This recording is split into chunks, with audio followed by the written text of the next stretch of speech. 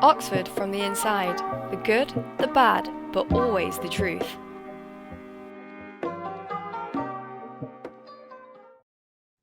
Hello and welcome to this episode of Oxford from the Inside. Good, the bad, but always the truth. I'm one of your new hosts, Lucianna, and today I'm joined by Elena. Would you like to introduce yourself? Hello, I'm Elena. I'll be going into my second year studying history and English at Merton College, Oxford. Yes, so welcome to the podcast. Today we're going to be discussing how to write a personal statement for the joint honours degree History and English. So for some additional context, a joint honours degree, it's a single degree qualification completed in the same time span as a single honours degree, but it just combines two different subjects. So I'm a single honours English student, so I'll kick off the first questions by asking, what should a person consider when deciding between applying to just English or just history, or deciding to do a joint degree? So what you have to be aware of first is that although it's one degree qualification, it's still two very separate faculties. And one of the things you have to consider is that in order to do a joint honours degree, you'll have to be accepted by both faculties. The only exception I can think of is maybe modern languages, but that's confusing and I don't know what to say about that, so I'll just leave that out for now. But in terms of, for example, history joint degrees, you have to be accepted by the history faculty and the English faculty. And by focusing on personal statements, that means you do have to kind of adhere to both faculties in your personal statement. So you do have to be aware of that. But also there is a possibility that if you apply for a joint honours degree, for example, history and English, there is a very high chance, well, not a high chance, but there is a chance that you should be aware of that you could only be accepted for one faculty, and maybe the other faculty you won't be as successful, and they'll still give you out an offer for that faculty. So when applying for a joint honours degree, it shouldn't be something along the lines of, oh, I want to apply for history and English because I really like English as well, and I'll be sad if I don't study English. It has to be, I really want to study both, but I love both subjects enough that I'll be happy if I am applying to Oxford. I'll be happy to study English for 3 years or history only for 3 years. And if a part of you is dreading the feeling that, oh no, I'm going to apply, but then they'll only give me, for example, a history, offer, and I really, really don't want to miss the chance to study English at university, then you have to be aware of the fact that that's a possibility, and maybe you should just apply for one subject if you have a really key subject you want to study. But otherwise, yeah, you wouldn't lose anything, apart from maybe the chance that you won't be studying what you really want to study. So yeah. Yeah, would you say sort of that one thing to consider then perhaps is what you would gain from studying them alongside each other? Do you think, for example, in your degree, you sort of, I guess, gain more from, I think, having that historical perspective there as well? Would you say it's quite different from taking, say, like I do single honours English, and history is still important to that? Well, I can only definitely say about history and English that I think makes it quite a bit different from other joint degree subjects is that for history and English, there's one aspect, we do a whole paper. Well, for first year, it's like half a paper, half of one of the English papers is solely a history and English part to it. So you do coursework or a take-home essay based on one history and English question. And so for the first 2 terms, Oxford terms, well, the Oxford year is made out of 3 terms with exams in the last term. The first 2 terms, we had classes once a fortnight, specifically focusing on how history and English work together. So you study specifically history and English theories and critics, and it's called the interdisciplinarity.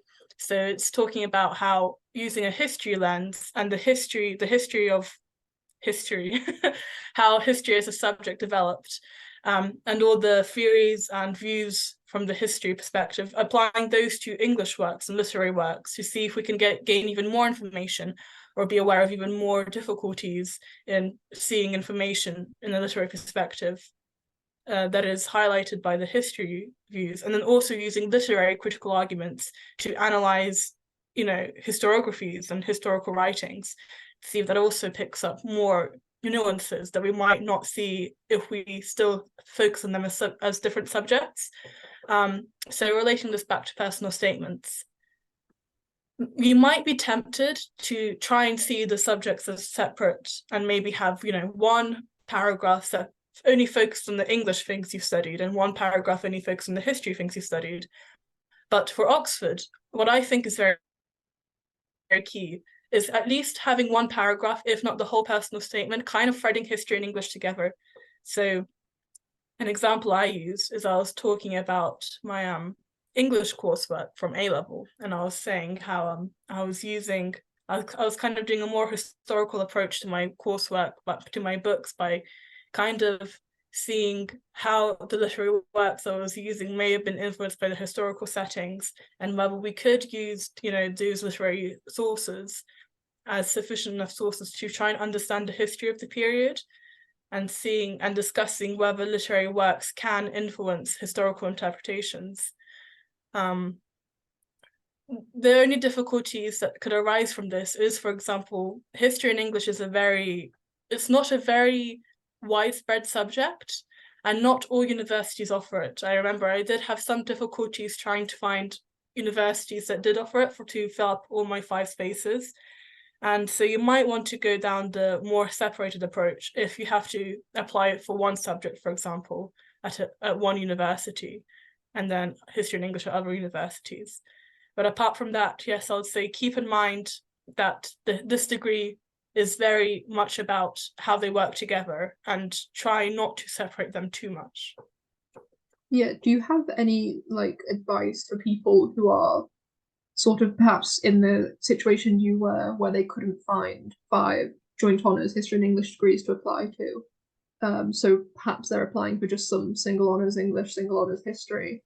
Do you have any suggestions for maybe what they could include if they're applying for both single honours and joint honours degrees? So some of the things to include in personal statements that show knowledge of both, while not entirely focusing too much on the single honours degree they may not be applying for.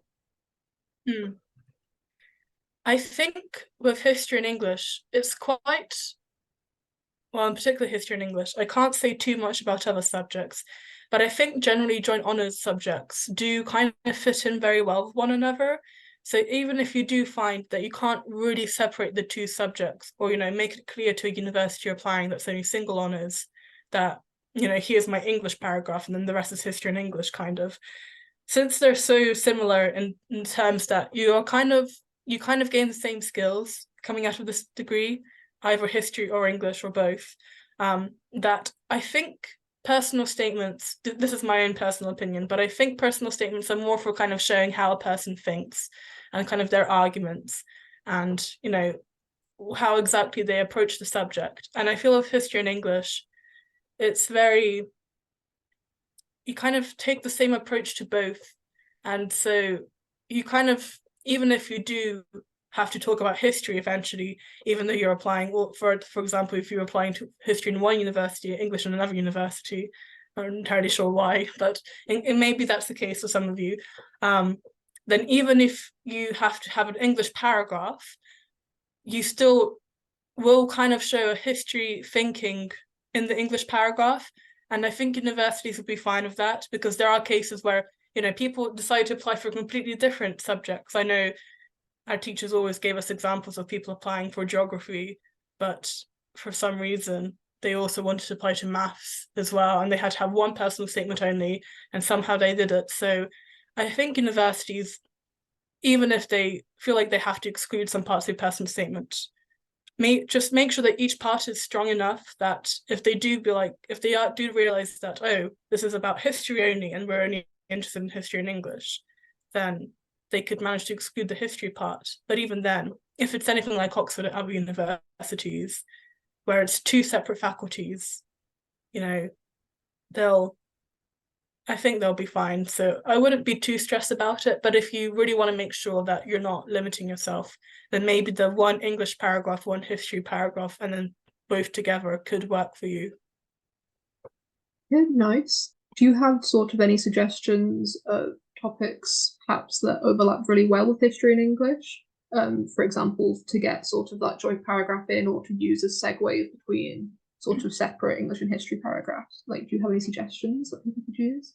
One that comes to mind and is kind of a very, very favourite topic amongst history and English students, or HENG as they're called at Oxford, is definitely cultural history, because literature makes such a big part of culture. So if you're not entirely sure how to, have a literature lens on history or history lens on literature, cultural history is very much the study of literature via, whilst thinking of the history.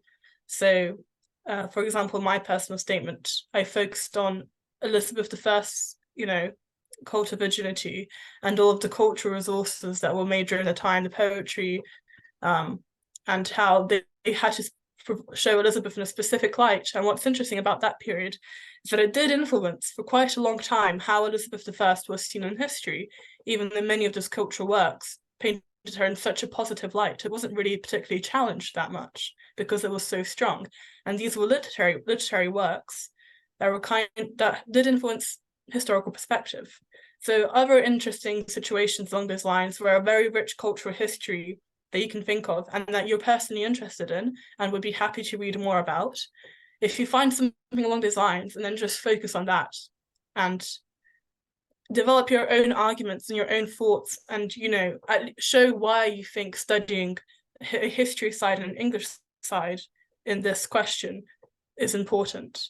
And Oxford would definitely enjoy reading something like that. Nice, sounds good. So yeah, that's all we have time for today. So thank you very much for joining me and for sharing your experiences and knowledge. And thank you to our followers for listening to this episode or watching this YouTube video.